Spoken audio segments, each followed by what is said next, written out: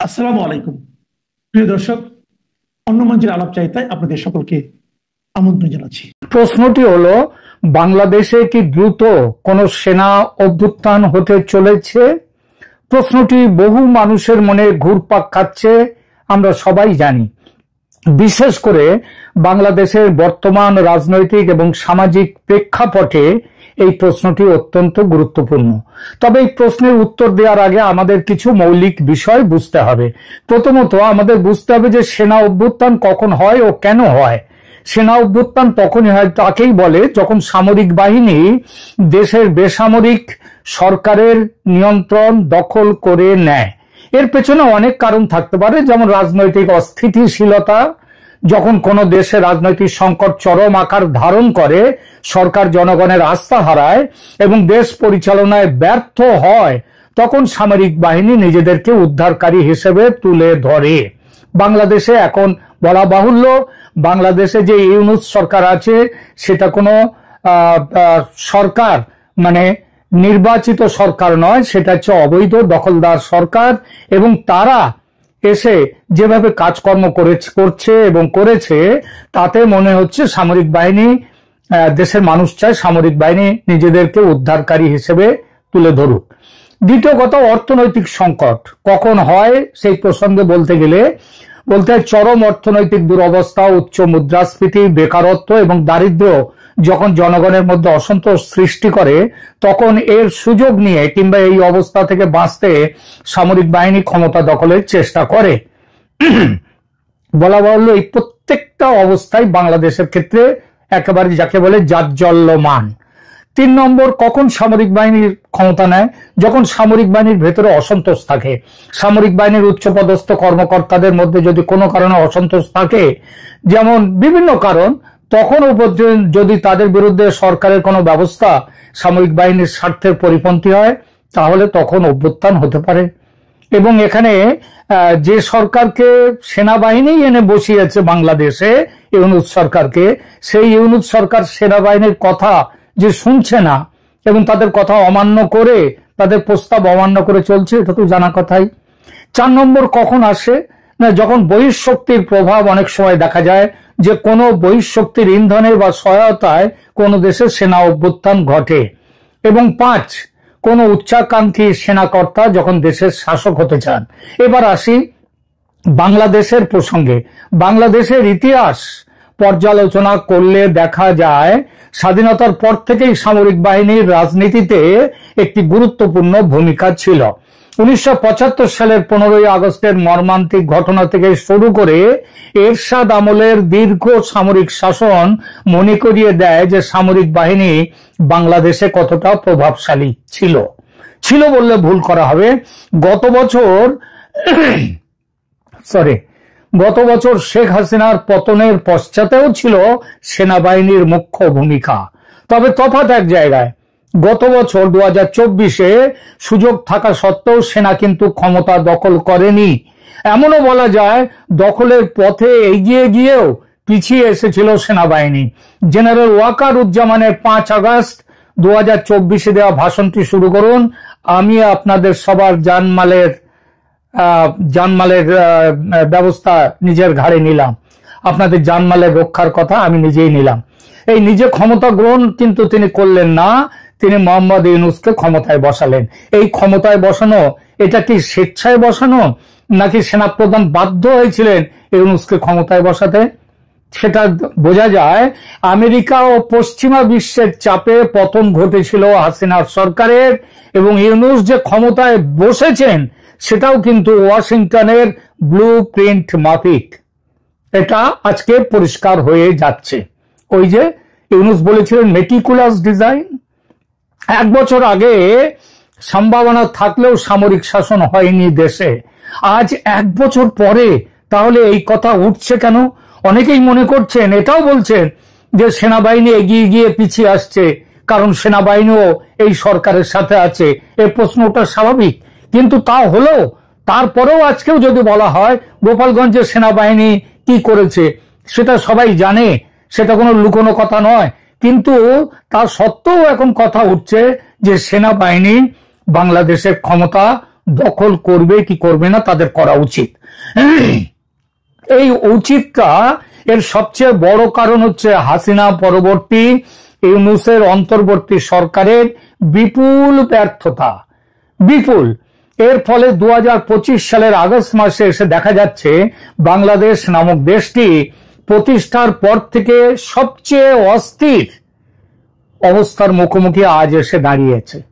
ঝুলিয়ে রাখা রাজনৈতিক পরিবর্তন ওটা হয়ে গেছে এখন যেন সেই গাদার সামনে গাজর ঝুলিয়ে দেয়া, সেই রকমই জনসাধারণের অস্থিরতা, দেশ চালানোয় চরম ব্যর্থতা এবং সরকারের বিরুদ্ধে সেনার অবিশ্বাস সব মিলে মিশে সেনা অভ্যুত্থানের সম্ভাবনা ক্রমশ জোরদার হয়ে উঠেছে। শুধু দেশীয় কারণ নয়, কিছু আন্তর্জাতিক কারণও যুক্ত হয়ে এই সেনা অভ্যুত্থানের সম্ভাবনা আরো তীব্র করেছে। 2024 সালের আগস্টে যে অভ্যুত্থান বা আন্তর্জাতিক অভ্যুত্থান বা ষড়যন্ত্র যেটাই বলুন না কেন, সেটা আন্তর্জাতিক ষড়যন্ত্রের বলি হয়েছিল হাসিনা সরকার। দেশের মানুষ আন্তরিকভাবে চেয়েছিল নতুন সরকার এসে একটা হিলিং টাচ দেবে, শান্তি এবং স্বস্তি ফিরবে দেশে। গত 1 বছরের অভিজ্ঞতা তার একেবারেই বিপরীত। এতটাই বিপরীত যে মানুষ এখন বলছে পরিষ্কারভাবে রাস্তায় নেমে যে হাসিনার আমল অনেক ভালো ছিল। তাদের উপরে নানা রকম অত্যাচার নেমে আসছে, তা সত্ত্বেও এই কথাগুলো বলবার লোক কিন্তু আজকে কম নেই বাংলাদেশে। তারা স্পষ্টভাবে বলছে এই 11 মাসে কি অভিজ্ঞতা অর্জন করেছে মানুষ। জনগণের অবিশ্বাস এবং বারবার গণবিক্ষোভ, সেইটা এই অভিজ্ঞতা হয়েছে। দেশব্যাপী পুলিশ ধর্মঘট এবং পরবর্তীতে আইন প্রয়োগকারী সংস্থার পতন, যার ফলে বেসামরিক শৃঙ্খলায় সেনাবাহিনীর ভূমিকা আরো গভীর হয়েছে। অন্তর্বর্তীকালীন সরকার এবং সশস্ত্র বাহিনীর মধ্যে ক্রমশ বেড়ে যাওয়া দ্বন্দ্ব, বিশেষ করে বিলম্বিত নির্বাচন এবং বিতর্কিত নীতি প্রস্তাবের বিষয়ে। যেমন নীতি প্রস্তাবগুলো কি? যেমন আমেরিকাকে মানবিক করিডোরের নামে ঘাঁটি করতে দেয়া, তারপরে চট্টগ্রাম বন্দর তুলে দেয়া, তারপর সেন্ট মার্টিনস আইল্যান্ড, সেটা তো ইতিমধ্যেই আমেরিকার দখলে প্রায় চলে গেছে। এই সবগুলোর মধ্যে দিয়ে সেনাবাহিনীর সাথে এই যে বেসামরিক সরকার বলে ইউনূসের যেটা আছে তার দ্বন্দ্ব বেড়ে গেছে। জেনারেল ওয়াকারুজ্জামানের নেতৃত্বে বাংলাদেশ সেনাবাহিনী বারবার বলেছে 2025 সালের ডিসেম্বরের মধ্যে নির্বাচন করতে হবে এবং জানুয়ারির প্রথম দিনে নির্বাচিত সরকার যাতে ক্ষমতা গ্রহণ করতে পারে তার ব্যবস্থা করতে হবে। সরকার নানান বাহানায় এড়িয়ে গেছে সেনাবাহিনীর এই প্রস্তাব কিংবা সেনাবাহিনীর এই চাওয়া। কদিন আগে ফেব্রুয়ারির প্রথম অর্ধে ভোট হবে বলে জানিয়েছেন মোহাম্মদ ইউনূস, কিন্তু সন্দেহ করার যথেষ্ট কারণ আছে যে শেষ মুহূর্তে কোনো না কোনো বাহানা দিয়ে বাতিল হবে নির্বাচন। বাতিল করতে অবশ্য বড় কিছু অসুবিধে নেই, কারণ ইউনূস এখন সঙ্গে পেয়েছেন আমেরিকাকে এবং আমেরিকার যে স্বার্থ সেই স্বার্থ রক্ষা করার জন্য ইউনূস এখন ব্যস্ত। সুতরাং আমেরিকা ইউনূসকে সাহায্য করে যাবে। জেনারেল ওয়াকারুজ্জামান জোর দিয়ে বলেছেন যে শুধুমাত্র একটি নির্বাচিত সরকারই রাজনৈতিক স্থিতিশীলতা প্রদান করতে পারে দেশে।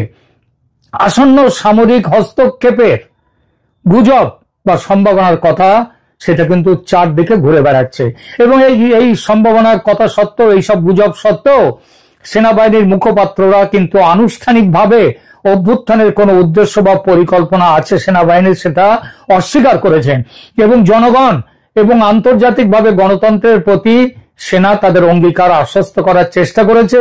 বলেছে যে ক্যান্টনমেন্টের এই চিন্তা, দেশের ক্ষমতা দখল করার কোনো চিন্তা নেই। তবে সেনাবাহিনীর বেসামরিক কর্তৃপক্ষ যদি সিদ্ধান্তহীন থেকে যায়, যদি দেশকে ক্রমশ অস্থিতিশীল করতে থাকে, তাহলে সেনাবাহিনী এগিয়ে আসবার কথা ভাবতেই পারে এবং সেটা ভেবেছেও। ঢাকায় সমস্ত ইউনিটগুলোকে একত্রিত করে এবং উচ্চ স্তরের জরুরি সভা একাধিকবার আহ্বান করে সেনা কিন্তু সে কি চাইছে সেটা কিন্তু বলে দিয়েছে। সরকারের দুর্বলতা এবং ঝুঁকি, অন্তর্বর্তীকালীন বেসামরিক প্রশাসন ভেঙে পড়েছে, একাধিক প্রতিদ্বন্দ্বী ক্ষমতা কেন্দ্র এবং বিতর্কিত পদক্ষেপ যেমন নিয়োগ এবং বৈদেশিক সম্পর্কের নীতি নিয়ে সেনার সাথে সংঘাত বেড়েছে। ছাত্র গোষ্ঠীগুলি বৃহৎ আকারের বিক্ষোভ অব্যাহত রেখেছে। কখনো কখনো সহিংস হয়ে উঠছে, যা পুনর্গঠনের সেনার ভূমিকা আরো বাড়িয়ে তুলবার পথে এগিয়ে নিয়ে যাচ্ছে। সাম্প্রতিক বেশ কয়েকটি ঘটনা অভ্যুত্থানের গুজবকে আরো বাড়িয়ে তুলেছে, যেমন আওয়ামী লীগের নিষেধাজ্ঞা এবং তার রাজনৈতিক নেতাদের আটক, এবং জেলখানার মধ্যেই ইতিমধ্যে বেশ কিছু আওয়ামী লীগ নেতাকে হত্যাও করা হয়েছে। রাষ্ট্রপতির কাছে জরুরি অবস্থা ঘোষণা করার বা সামরিক তত্ত্বাবধানে ঐক্য সরকার, একটা জাতীয় সরকার কিংবা অন্য কোনো সরকার, এই সরকারের বর্তমানের পরিবর্তে তার কিন্তু আহ্বান সেনাবাহিনী একাধিকবার করেছেন। তারা রাষ্ট্রপতির সাথে দেখা করে এই বিষয়ে দাবিও তুলেছে। তাহলে এই সমস্ত পরিস্থিতির পরিপ্রেক্ষিতে একটা প্রশ্ন কিন্তু উঠে আসছে, সেনা অভ্যুত্থান কি তাহলে আসন্ন বাংলাদেশে? সেনাদের চলাচল, জরুরি সেনা সভা এবং সেনা প্রধানের সরাসরি জনসাধারণকে সতর্ক বার্তার মাধ্যমে, যে সতর্ক বার্তা তিনি দিচ্ছেন তার মাধ্যমে দেখা যাচ্ছে অভ্যুত্থানের সম্ভাবনা কিন্তু প্রকট হয়েছে। কিন্তু এই সম্ভাবনা ফলপ্রসূ হবে কিনা এই বিষয়টি বিচার করতে গেলে প্রথমেই নজরে পড়ে পরাশক্তি আমেরিকা তার ভূ রাজনৈতিক স্বার্থে বাংলাদেশের ওপর নজর ফেলেছিল অনেক আগে থেকে। এখন তাদের সেই প্ল্যান সফলতার দোরগোড়ায়। ইউনূস তাদের বাজির ঘোড়া। এই ঘোড়া হারুক এটা চায় না আমেরিকা। বাংলাদেশে মার্কিন chargé d'affaires Tracy Jacobson তিনি তো এখন খোলাখুলি নেমে গেছেন আমেরিকার স্বার্থ সেটা সিদ্ধি করার জন্য। লন্ডনে কয়েকদিন আগে লন্ডনের তারেক রহমানের সঙ্গে দেখা করে, তারেক রহমান বিএনপির নেতা, তার সঙ্গে দেখা করে আমেরিকার স্বার্থ দেখার কথা আদায় করেছেন ওই ট্রেসি জ্যাকবসন। সুতরাং সেনা শাসনকে সমর্থন করবে না আমেরিকা এটা বলা যায়, কিন্তু ভারত সমর্থন দিতে পারে সেনা অভ্যুত্থানকে। ভারত চায় বাংলাদেশে একটি free, fair and inclusive election যত শীঘ্র সম্ভব হোক। এইখানে সেনাবাহিনীর সাথে ভারতের চাওয়াটা এক। এবং শুধু তাই নয়, free, fair and inclusive election মানে যেখানে আওয়ামী লীগ প্রতিদ্বন্দ্বিতার সুযোগ পাবে। আমেরিকা এটা করতে দেবে না, কারণ আমেরিকা জানে মুজিব কন্যা আমেরিকার হাতের পুতুল হবেন না। আমেরিকা ইউনূসকে রাখবে, প্রয়োজন হলে তারেক রহমানকে নিয়ে আসবে, ইউনূসকে রাষ্ট্রপতির জায়গায় নিয়ে যাবে, সেই প্ল্যানটাও রয়েছে আমেরিকার। 5 আগস্টের ঘটনা ঘটতে পেরেছিল অনেকটাই ভারতের ভুলে, ভারতীয় গোয়েন্দা ব্যর্থতায়। ভারত অতিমাত্রায় আত্মসন্তুষ্ট ছিল এই ভেবে যে শেখ হাসিনার বিরুদ্ধে কোটার আন্দোলন একটি ছোটখাটো ব্যাপার, এর পেছনে পশ্চিমা বিশ্বের ষড়যন্ত্রকে গুরুত্ব দেয়নি ভারত। 5 আগস্টের ঘটনা ঘটার পরও ভারত কোনো প্ল্যান তৈরি করেনি। আমেরিকার ভোট আসতে ভেবেছিল বন্ধু ট্রাম্প জিতবে এবং তিনি জিতলে সমাধান হয়ে যাবে বাংলাদেশের সমস্যার। ভারতের সেই ভাবনা এখন কোথায় এসে দাঁড়িয়েছে সেটা দেখুন একবার। কিন্তু বেটার লেট দ্যান নেভার, ভারতের কানে এখন জল ঢুকেছে। প্ল্যান বি, প্ল্যান সি তৈরি করেছে ভারত। প্ল্যান বি অনুযায়ী এই সরকারের বদলে অন্য সরকার নিয়ে আসা, সেটা ন্যাশনাল গভর্নমেন্ট হতে পারে, সেটা কেয়ারটেকার গভর্নমেন্ট হতে পারে, এমনকি আর্মি গভর্নমেন্ট হলেও ভারতের আপত্তি নেই। এবং প্ল্যান সি হলো আওয়ামী লীগের মুক্তি ফৌজ যুদ্ধে নামলে ভারত তাদের সাহায্যে এগোতেই পারে। শেষ পর্যন্ত উত্তরটা কি দাঁড়ালো? তাহলে দাঁড়ালো এই যে রাজনৈতিক বিচ্যুতি, নিরাপত্তা ভাঙন এবং ক্রমবর্ধমান বেসামরিক অস্থিরতার কারণে আগাম সেনা হস্তক্ষেপের ঝুঁকি বাংলাদেশে একান্তই বাস্তব এবং সেটা জরুরিও। এখনকার মতো এখানেই রাখছি।